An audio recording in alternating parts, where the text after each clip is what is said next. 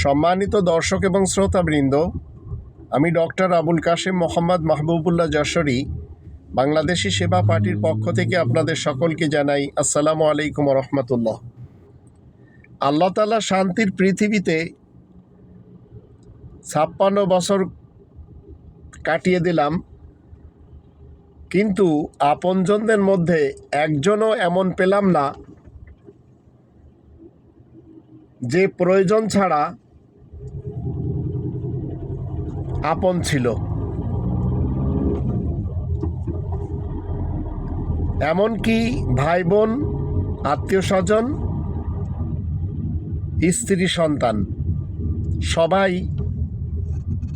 আমার থেকে তাদের প্রয়োজনগুলি প্রাধান্য দিয়ে আমাকে নিঃস্ব করে দিয়েছে। এখন আমি আমার গতিতে চলছি আল্লাহ তাআলার প্রেমে।